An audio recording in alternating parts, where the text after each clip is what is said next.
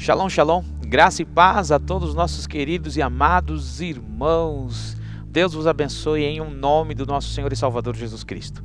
Bom estar com vocês aí nesta noite gelada, fria. Já tivemos aí um início de neve, né? Então, que você que está aí no conforto da sua casa agora para receber a palavra do Senhor. No nosso encontro semanal, a nossa célula online, eu aqui e você aí na sua casa recebendo essas palavras de vida eterna. Nós estamos aí em uma série linda que são as parábolas do nosso Senhor Jesus Cristo. Estamos aprendendo verdades de vida eterna, palavras de vida eterna para mim e para a sua vida. Abençoados pelo Senhor nesses simples ensinamentos que trazem vida eterna para a nossa vida. Então quero que neste momento, você que está em casa aí se organize, aí você que já está organizado, se é na sala, do lado do fogão, na cama, enfim, qual seja a forma que você está aí aconchegante na sua casa, eu espero que você esteja bem, você e a sua casa, que Deus te abençoe em nome do Senhor Jesus. Vamos orar, vamos apresentar a Deus esta célula. A palavra já é abençoada, nós aqui precisamos ser abençoados e nós nos permitirmos que o Espírito Santo ministre sobre o nosso coração, ministre sobre a nossa vida. Quero também trazer a lembrança aqui os nossos queridos irmãos que estão necessitados de oração, que estão nos nossos grupos de oração dos homens, no grupo de oração das mulheres. Não cessemos de orar de forma e de maneira nenhuma até que o Senhor responda às nossas orações. A nossa querida irmã Rose, que está se recuperando, mas precisamos ainda orar por ela para que ela se recupere plenamente em nome de Jesus. Nossa querida irmã Rose, mãe da Sara e da Jo, a dona Cláudia, a Doce Cláudia e seu Paulo, que também se recuperem plenamente, possam estar com a sua saúde recuperada em nome de Jesus. Abençoamos ele e toda a sua casa. Nosso querido irmão Paulo Semin, que já está em casa, também pedimos para que o Senhor lhe auxilie, para que ele se recupere plenamente para a honra e glória do Senhor Jesus. A nossa querida irmã Magda também, que graças a Deus já está se recuperando. Queremos e pedimos ao Senhor que o Senhor nos ouça e nos abençoe para a plena recuperação da vida da nossa querida irmã. Ao meu avô, pastor José Maria de Barros, que está lá nos ouvindo neste momento, minha avó, missionária Hélida, oramos por eles e por toda a família, meu tio Neide, minha tia Adriana, toda a família, que Deus abençoe em nome do Senhor Jesus. Enfim, a todos aqueles a qual representamos agora em oração diante do Senhor. Convido você a nós falarmos com o Senhor neste momento. Altíssimo e soberano Deus, mais uma vez te damos graça nesta abençoada noite, Senhor, em que estamos em nossa casa e podemos, Senhor, ó Deus, estar aqui, Senhor, para ouvir a Tua palavra, que possamos, Senhor, ó Deus, receber e ter, Senhor, o nosso coração totalmente aberto para a Tua palavra, para aprendermos de Ti, porque Tu és manso e humilde de coração. Que seja, Senhor, ó Deus, nós e a nossa casa plenamente, Senhor, ó Deus, tocados pelo Teu Espírito Santo. Que a Tua palavra faça morada em nosso coração e venha, Senhor, ó Deus, produzir os frutos a qual ela está sendo designada em nossos dias. Que sejamos homens e mulheres, jovens, crianças de fé, segundo o Teu coração. Não nos deixe que o inimigo roube, Senhor, ó Deus, esta semente. Não permita, Senhor, que nenhuma das situações desta vida nos tire, sufoque ou mate, Senhor, esta semente, essas palavras de vida eterna no nosso coração e na nossa vida. Antes venhamos a dar fruto de 30, 60 e 100 por um. A todos esses que estão nos ouvindo, Senhor, a Deus, pela primeira vez, que pela primeira vez foram convidados por alguém que os ama, que está preocupado com a sua vida, com a salvação da sua alma, que eles possam ouvir as verdades contidas na Tua palavra e ser, Senhor, a Deus, tocado pelo Teu Espírito Santo. Que Tu se revele a eles assim como se revelou a nós, e nós somos alvo da Tua misericórdia, da Tua graça, do Teu poder e do Teu amor.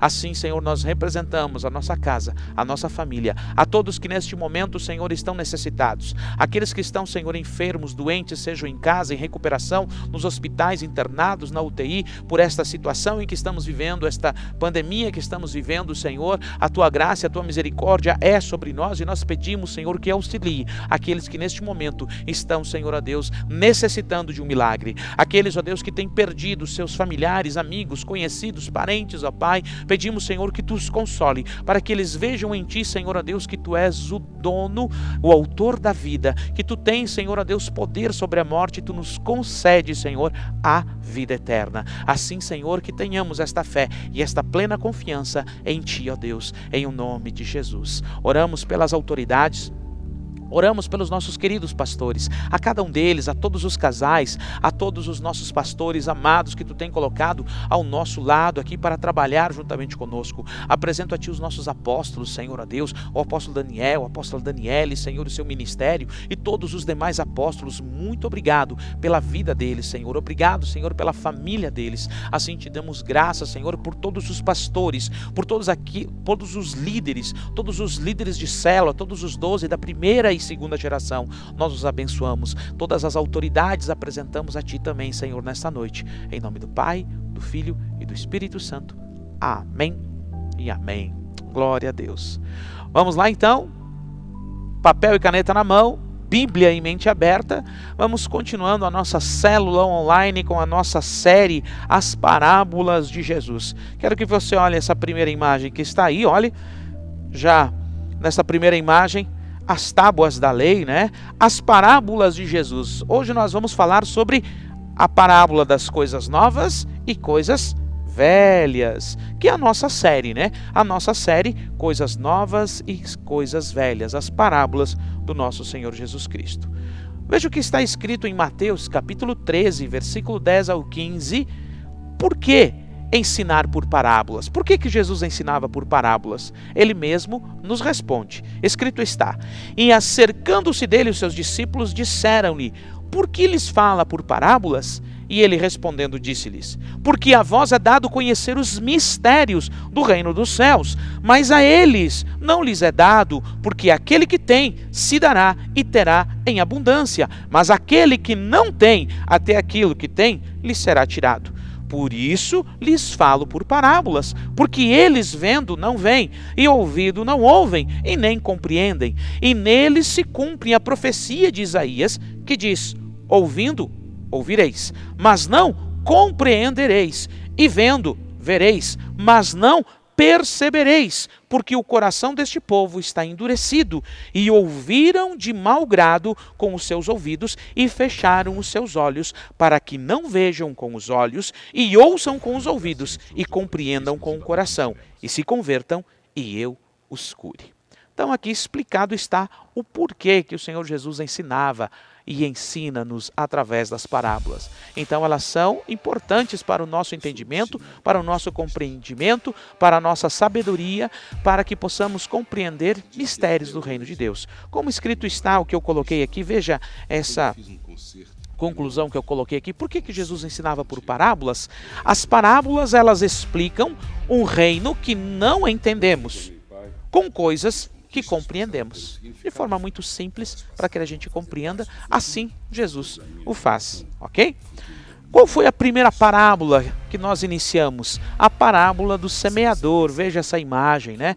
Então ali em Mateus capítulo 13, versículo 1 ao 9, nos fala do semeador, que é o nosso Pai semeando aos nossos corações o evangelho do reino de Deus, as boas novas do reino de Deus. Então receba o evangelho, receba a palavra do Senhor, receba a revelação do Pai na sua vida, que é essas boas novas, o evangelho. A segunda parábola que nós tivemos, né, nossa segunda célula, foi o outro semeador, escrito ali em Mateus capítulo 13, versículo 24 ao 30, e depois tem a explicação, versículo 36 ao 43. O outro semeador, mais conhecido como a parábola do joio e do trigo, né? Sabendo que o mundo é a lavoura, e ali tem o joio, que são os filhos do diabo, e o trigo, que são os filhos de Deus, que estão disseminando esta palavra, as boas novas do reino de Deus, a todos os povos, nações e línguas.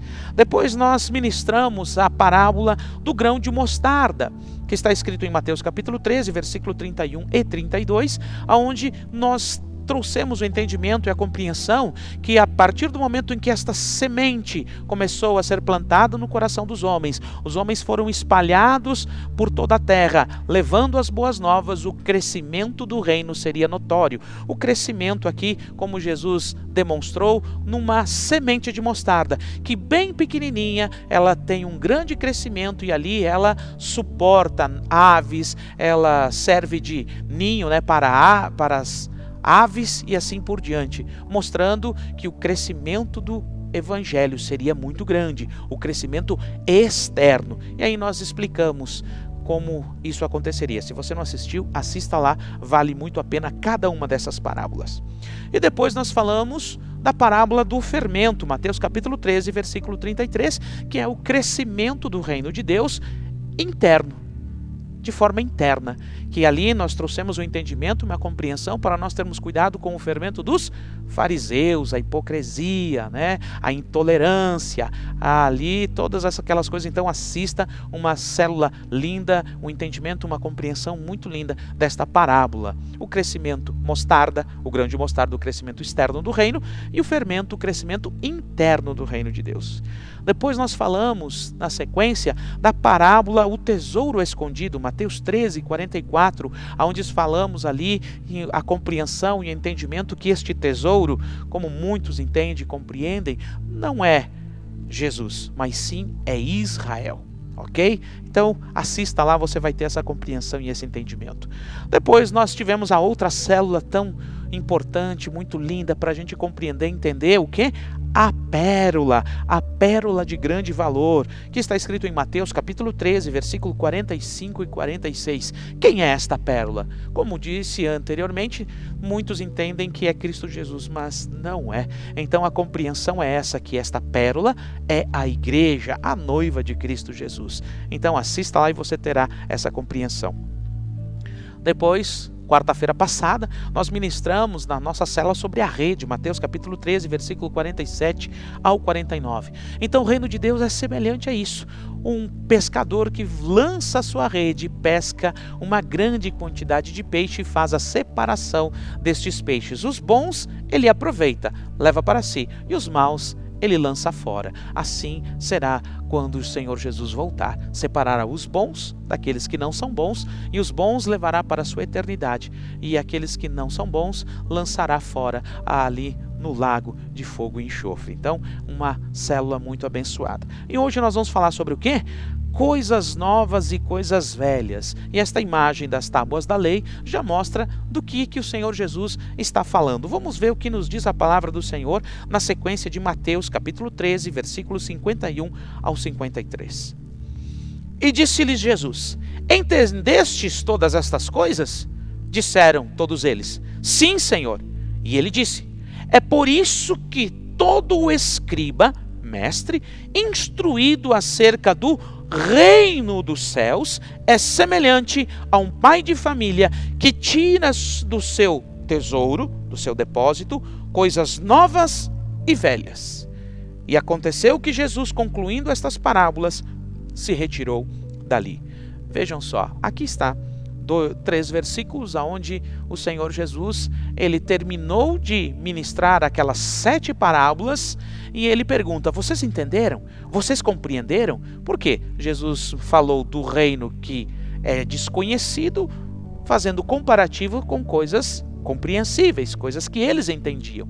Então eles disseram: sim, nós entendemos, nós compreendemos. Pessoas simples, pessoas humildes, que tinham fome e sede de justiça, que estavam ali como pobres de espírito diante daquele que pode alimentar a alma e a vida de todos eles e de todos nós. Então eles falaram abertamente: sim, Jesus, nós compreendemos, nós entendemos o que tu estás falando. E ele continua com esta parábola aqui dizendo: ei, assim é o escriba, um mestre instruído no reino de Deus.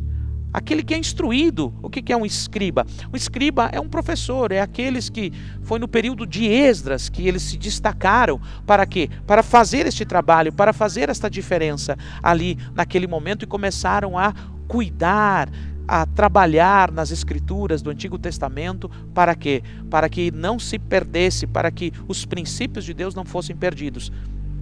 Então os escribas tinham e têm essa grande responsabilidade para que não se perca as verdades de Deus. Mestres, aqueles que ensinam, né? E ele compara como um pai que ama a sua família, um pai que quer deixar um legado, que quer trazer um bom ensinamento aos seus filhos. O que ele faz? Ele tira do seu depósito coisas boas e coisas velhas, que são comparativos, que ensinam: olha, meu filho, no meu tempo, no meu tempo era assim, no meu tempo era assado, era assim que se fazia, então valorize isso, valorize aquilo, porque era mais difícil. Então vai trazendo coisas novas e coisas velhas, se atualizando e trazendo sempre as verdades, as decências, as moral e a decência que sempre se teve dentro da palavra do Senhor. Mas veja o que eu escrevi aqui, ó.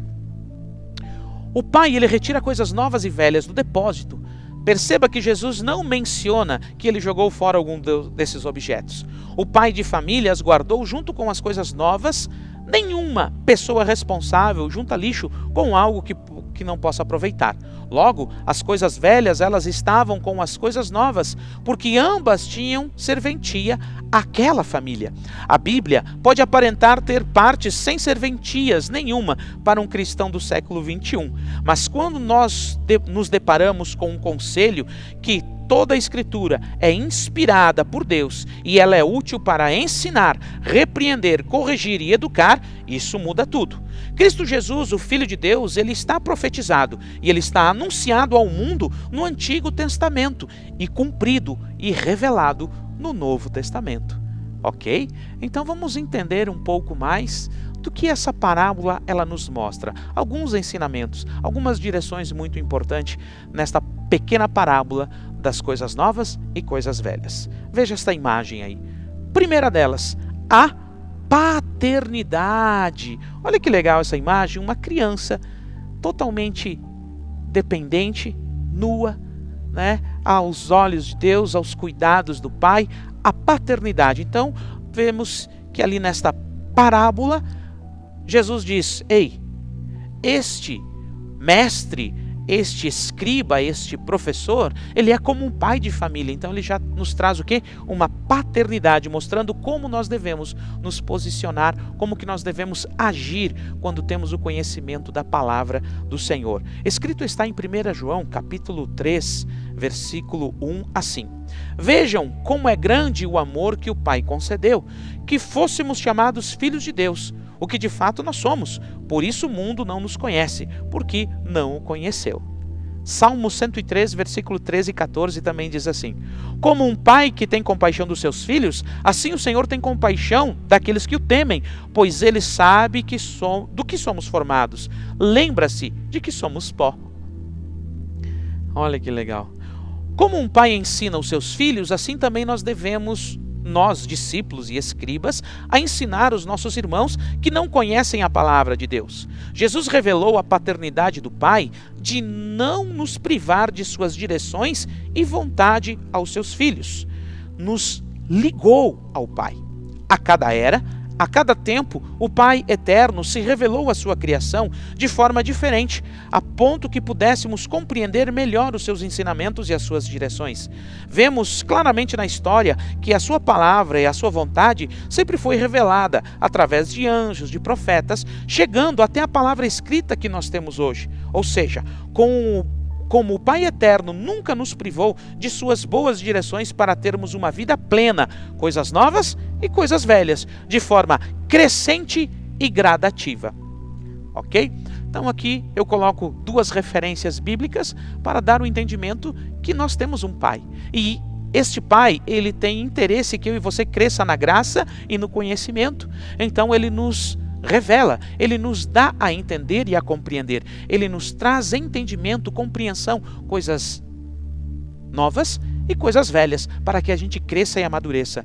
Imagine hoje que eu e você estamos no período da tecnologia, então imagine isso há 1000 anos atrás, há 2000 anos atrás. Então eram formas diferentes de se comunicar com as pessoas, eram técnicas diferentes de se comunicar com as pessoas. Então tudo foi se revelando de tempo em tempo, de era em era, com os povos de seu tempo, das formas que se podia, e foi assim de forma gradativa e crescente o entendimento, a compreensão das verdades de Deus, dos princípios de Deus e da própria presença de Deus. Então eu e você hoje temos à nossa disposição todo este conhecimento de forma facilitada, de forma mastigada, que é no caso, nós estamos aqui nessa célula online aprendendo da palavra de Deus, tudo mastigado, tudo bem bonitinho para que a gente cresça e amadureça, cresçamos na graça e no conhecimento de Deus. Isto é a vontade de Deus para as pessoas deste tempo, o conhecerem como ele de fato o é. Amém?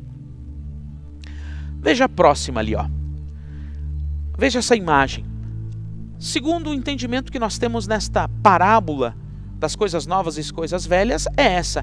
É uma fé embasada. Uma fé embasada. Vejam que ali na primeira imagem temos um senhor escrevendo que é alusivo ao profeta Isaías, e no outro lado nós temos o próprio Senhor Jesus ali, alusivo a ele, é claro, né? Lendo o Salmo, ou melhor, lendo o livro de Isaías. Então, vamos ver, é uma fé embasada no quê? Olha o que escrito está em João capítulo 5, versículo 36 ao 44. A própria obra que o Pai me deu para concluir e que eu estou realizando, ela testemunha que o Pai me enviou. E o Pai que me enviou, ele mesmo testemunhou ao meu respeito. Vocês nunca ouviram a sua voz, vocês nunca viram a sua forma, nem a sua palavra habita em vocês, pois não creem naquele que ele enviou. Vocês estudam cuidadosamente as Escrituras, porque vocês pensam que nelas vocês têm a vida eterna. E são as Escrituras que testificam ao meu respeito, contudo vocês não querem vir a mim para terem a vida. Eu não aceito a glória dos homens, mas eu conheço vocês. Sei que vocês não têm o amor de Deus. Eu vim em nome do meu Pai e vocês não me aceitaram, mas se outro vier em seu próprio nome, vocês o aceitarão. Como vocês podem crer se aceitam a glória um dos outros, mas não procuram a glória que vem do Deus único? Olha o que Jesus falou aqui. Uma fé embasada. No que a nossa fé está embasada? Muitas pessoas até acreditam, confiam em algo, elas têm uma fé, mas qual é a base da fé dessas pessoas? Qual é a base que a minha e a sua fé está alicerçada? Jesus, ele se revelou a este mundo e ele mostrou a sua base, ele mostrou aonde estava profetizado acerca dele. E ele mostrou que no Antigo Testamento, nos profetas, nos Salmos, todo no Antigo Testamento, na lei, na Torá, tudo era a sombra apontando para ele. E ele estava ali diante dos estudiosos, diante dos religiosos, e eles não enxergavam, porque estavam aguardando a glória de um homem. E ele disse, não, eu não vim trazer uma glória de um homem, eu vim trazer a glória de Deus, e vocês não estão reconhecendo. Então vejam que esta parábola nos mostra este ensinamento muito importante, que nós temos que sim ter a referência nas coisas antigas, mas as novas estão se revelando a nós, está se revelando a você, então eu tenho que estar aberto àquilo que o Senhor está se revelando a mim através da palavra de Deus, através da Bíblia Sagrada, que chegou até mim e até você. Está aqui revelado, está aqui demonstrado todo o pensamento, direções e ensinamentos do nosso Senhor Jesus, a vontade do nosso Deus Pai. Ok? Então, a base, para mim e para você, a nossa fé precisa ter uma base. Que base é essa? É uma base milenar, é uma base aonde está escrito na palavra de Deus, e ela não foi escrita por homens, ela foi inspirada pelo Espírito Santo de Deus, pelo próprio Deus, a homens diferenciados, homens cheios do Espírito Santo de Deus, para que a sua palavra pudesse chegar até a nós, ok? Então, qual é a tua base? Nós precisamos ter uma base, e a nossa base não pode ser em homens, a nossa base não pode ser em heresias, a nossa base não pode ser em espíritos, a nossa base não pode ser em religiões, a nossa base tem que ser na palavra de Deus. E Jesus deixa muito claro, as pessoas pensavam ter a vida eterna na palavra, e de fato ele diz, as escrituras elas falam de mim e vocês não estão me reconhecendo. Como muitas pessoas hoje se apegam à religiosidade e não se apegam no que a palavra revela, quem a salvará, que é o nosso Senhor e Salvador Jesus Cristo. Isso é coisas novas e coisas velhas, ok? O que mais que nos mostra esta parábola? Primeiramente, então, ela nos mostra ali que nós temos uma paternidade, que Deus, como Pai, Ele se preocupa, Ele quer nos deixar boas direção, bons ensinamentos, para que a gente viva uma vida plena, uma vida abençoada aqui nesta terra. E também essa parábola nos mostra que nós precisamos ter uma fé embasada em ensinamentos novos e ensinamentos antigos, que não devemos jogar fora nada, porque o Antigo Testamento nos mostra, nos aponta, ele é sombra para Cristo, e o Novo Testamento, Cristo está revelado a nós. E a próxima agora é o quê? A fé aplicada. Veja aí, ó, um homem em cima de uma Bíblia, andando sobre as águas, andando no mar. É uma fé aplicada, é quando você tem uma base, Uma base sólida. Qual é a tua base? Por que eu creio nisso? Por que eu acredito nisso? É porque alguém disse? É porque alguém falou? Não. É porque eu me apropriei das verdades. Eu me apropriei de algo milenar que foi deixado pelo próprio Deus para que eu tivesse uma vida diferenciada, uma vida abençoada, porque Ele é meu Pai.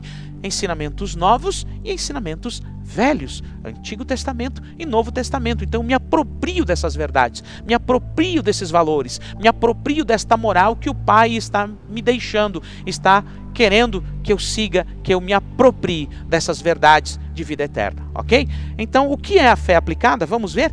Tiago capítulo 1, versículo 21 e 22 diz assim: portanto, livrem-se de toda impureza moral e da maldade que prevalece, e assim aceitem humildemente a palavra implantada em vocês. Veja bem, olha, a palavra, aceitem de forma humilde a palavra implantada em vocês, a qual ela é poderosa para o quê? Para salvá-los. Sejam praticantes da palavra e não apenas ouvintes da palavra, enganando-se a si mesmo. Veja o que Tiago falou aqui de forma muito simples e objetiva, que eu e você temos que nos apropriar desta palavra de forma humilde, aceitar a palavra de Deus de forma humilde.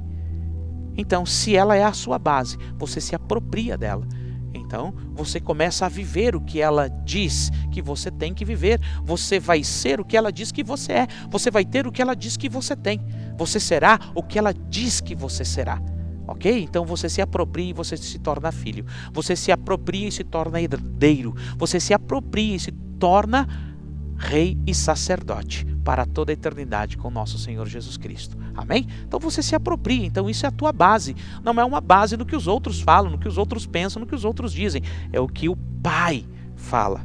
É o que o Pai deixou para aqueles que creem nele. Ok? Veja o que Timóteo, capítulo 3, versículo 14 ao 17 também nos fala. Quanto a você, porém, permaneça nas coisas que aprendeu e das quais tem convicção.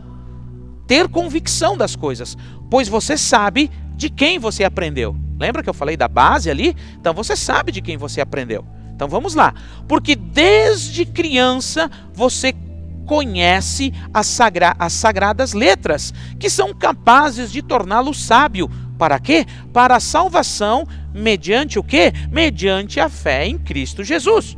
Toda a Escritura é por Deus, ela é útil para o ensino, ela é inspirada por Deus, útil para o ensino, para a repreensão, para a correção e para a instrução na justiça, para que o homem de Deus seja apto e plenamente preparado para toda a boa obra.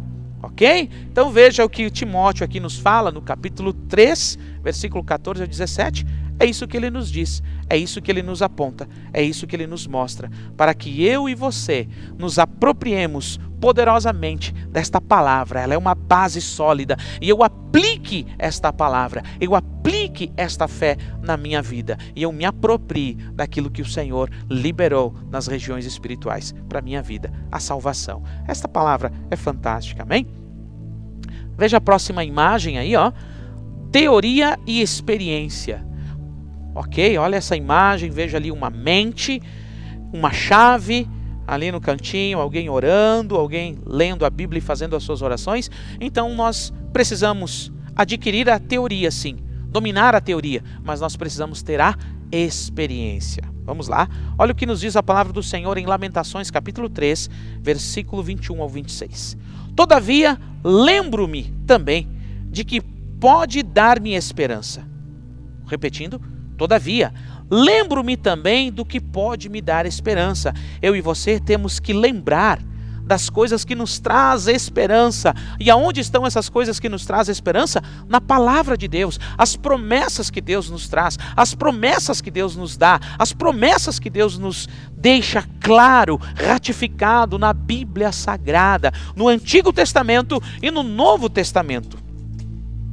Graças ao grande amor do Senhor, é que nós não somos consumidos, pois as suas misericórdias são inesgotáveis, elas renovam-se a cada manhã. grande é a tua fidelidade. Por que eu e você não somos consumidos? Não somos consumidos porque a misericórdia do Senhor, ela se renova todas as manhãs na minha e na sua direção. Digo a mim mesmo, olhe bem, a minha porção é o Senhor, portanto, nele porei a minha esperança. O Senhor é bom para com aqueles cuja esperança está nele, para com aqueles que o buscam.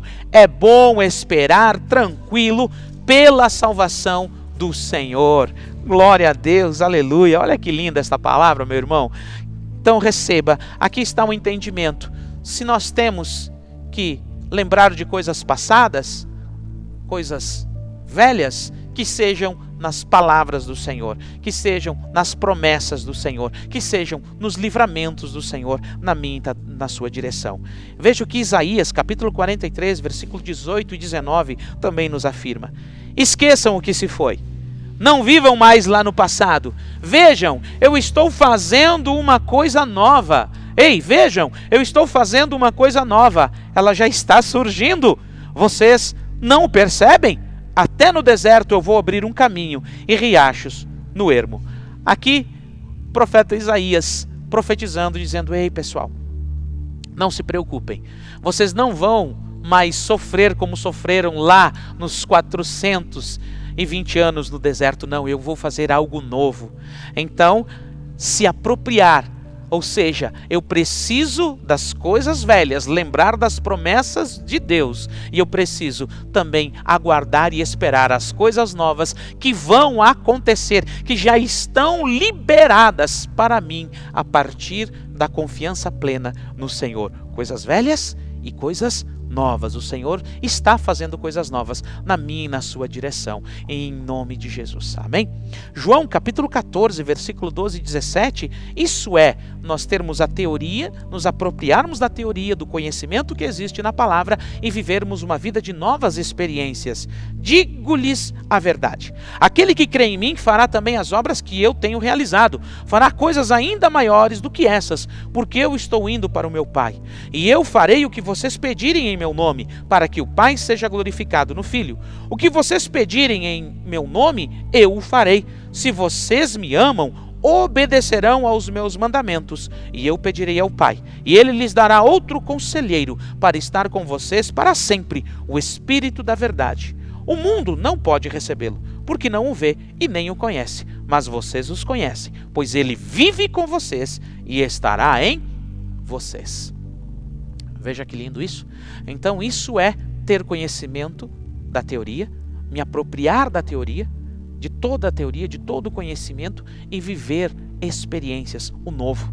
Isso é coisas velhas e coisas novas. Nos apropriarmos do que o Senhor tem para nos dar. Ele prometeu, Jesus prometeu, então nos apropriemos do Espírito Santo. Usemos da autoridade que há no nome de Jesus para liberarmos milagres e bênção na direção da nossa família, da nossa casa, das pessoas que o Senhor tem colocado dentro da nossa convivência, dos nossos funcionários, dos nossos patrões, dos nossos vizinhos, dos nossos colegas, dos nossos irmãos, dos nossos amigos, dos nossos familiares, de perto, de longe, os abençoando, orando ao Senhor para que eles também sejam alcançados como nós fomos, crendo que a palavra de Deus diz: ei, quem crer e for batizado será salvo. Crê no Senhor Jesus que será salvo tu e a tua casa. Nós não vamos ser egoístas achando que a salvação para mim tá bom, não. Existem milhares e milhares de pessoas que ainda não conhecem a verdade e eu e você precisamos testificar esta verdade. Então nós precisamos conhecer a teoria e viver experiências novas.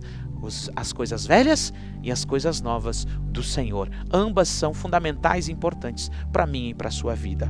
Amém? Olha, eu quero mostrar aqui para vocês agora, veja nessa imagem, os nazarenos. Vou trazer um detalhe que está intrínseco, está ligado a esta parábola do nosso Senhor Jesus, que vai ser bem interessante que você entenda. Os nazarenos, veja essa imagem ali, Jesus pregando, Jesus está ensinando. E Jesus, ele foi para Nazaré. Sabe aonde que era Nazaré? Acompanhe comigo lá, Mateus capítulo 13, versículos 53 ao 58. Tendo Jesus terminado de contar estas parábolas, Jesus saiu dali. Chegando à sua cidade, qual que era a cidade de Jesus? Nazaré. Começou a ensinar o povo na sinagoga.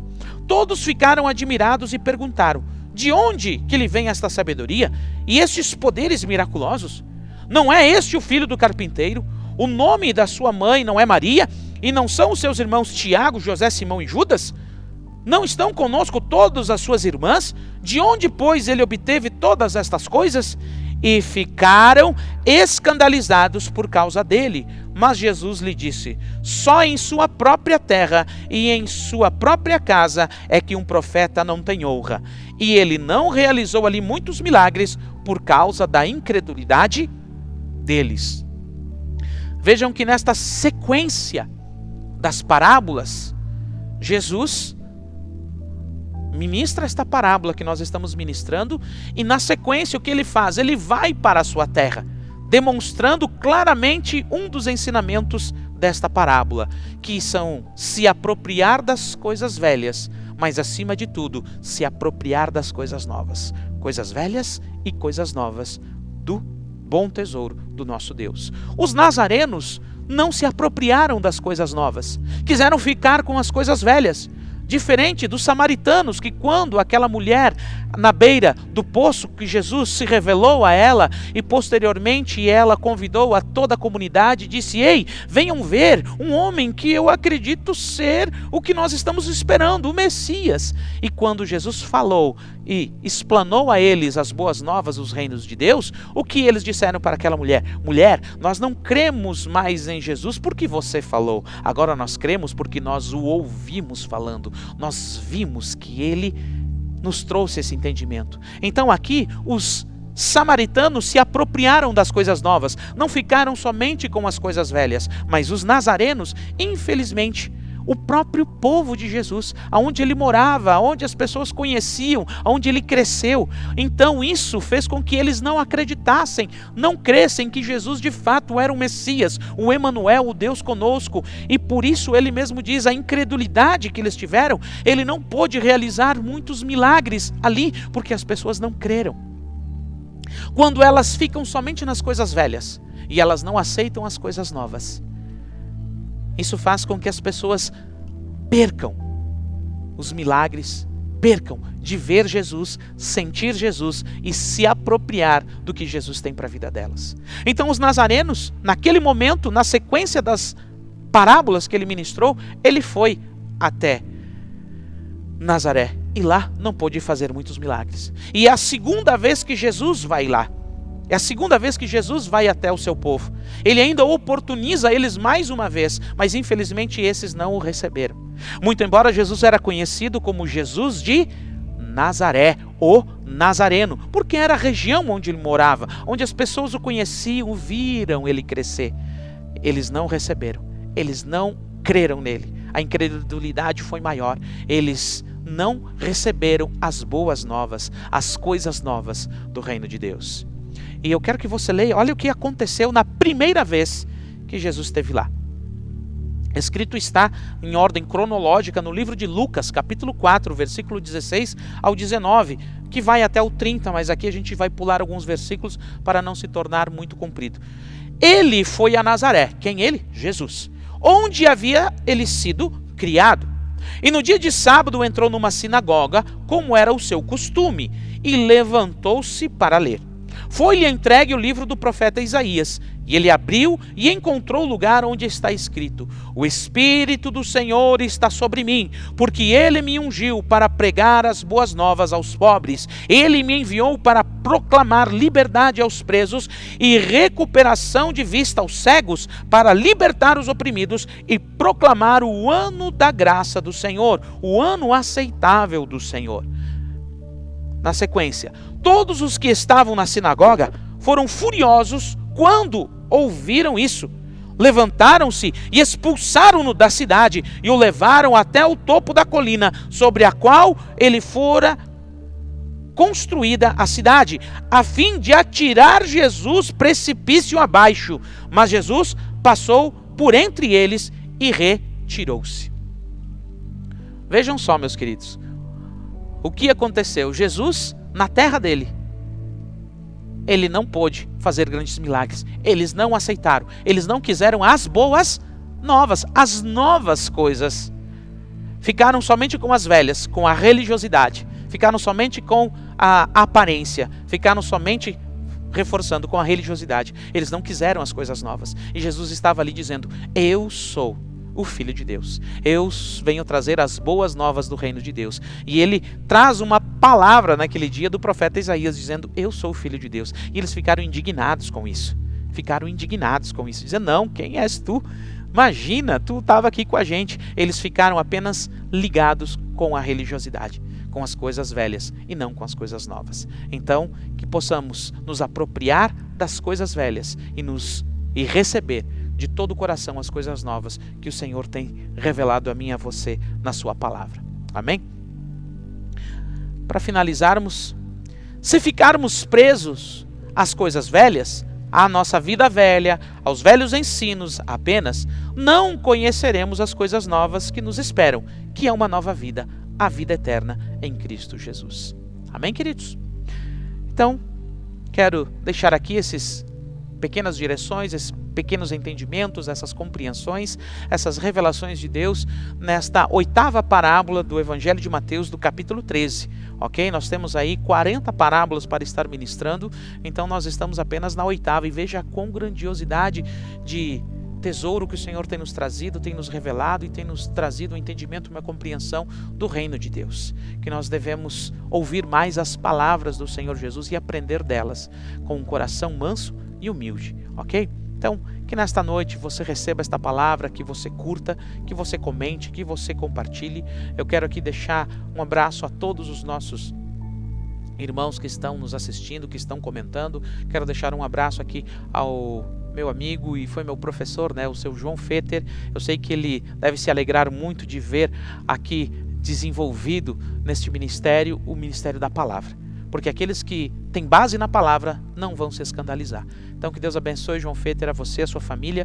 E quero lhe dizer que, em nome de Jesus, você fez a sua parte e que o Senhor possa lhe compensar grandemente em nome de Jesus. E a todos que estão ministrando aqui na igreja, o nosso querido pastor Ju, o Dosimário, que estão trazendo aí Escola de Princípios, você que está participando, que Deus te abençoe em nome de Jesus. Se alimente das coisas velhas e das coisas novas que os escribas, os discípulos estão trazendo para vocês. Amém? Então isso é viver, isso é receber as coisas novas e as coisas velhas que o Senhor tem para a nossa vida.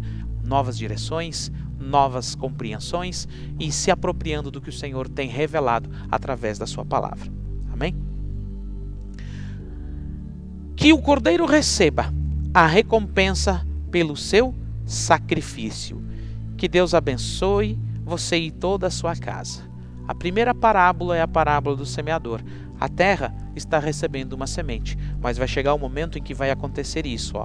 Aquele que semeou, ele vai colher uma seara linda e maravilhosa como nessa imagem. E eu creio que eu e você fazemos parte desta boa semente que está plantada em nosso coração.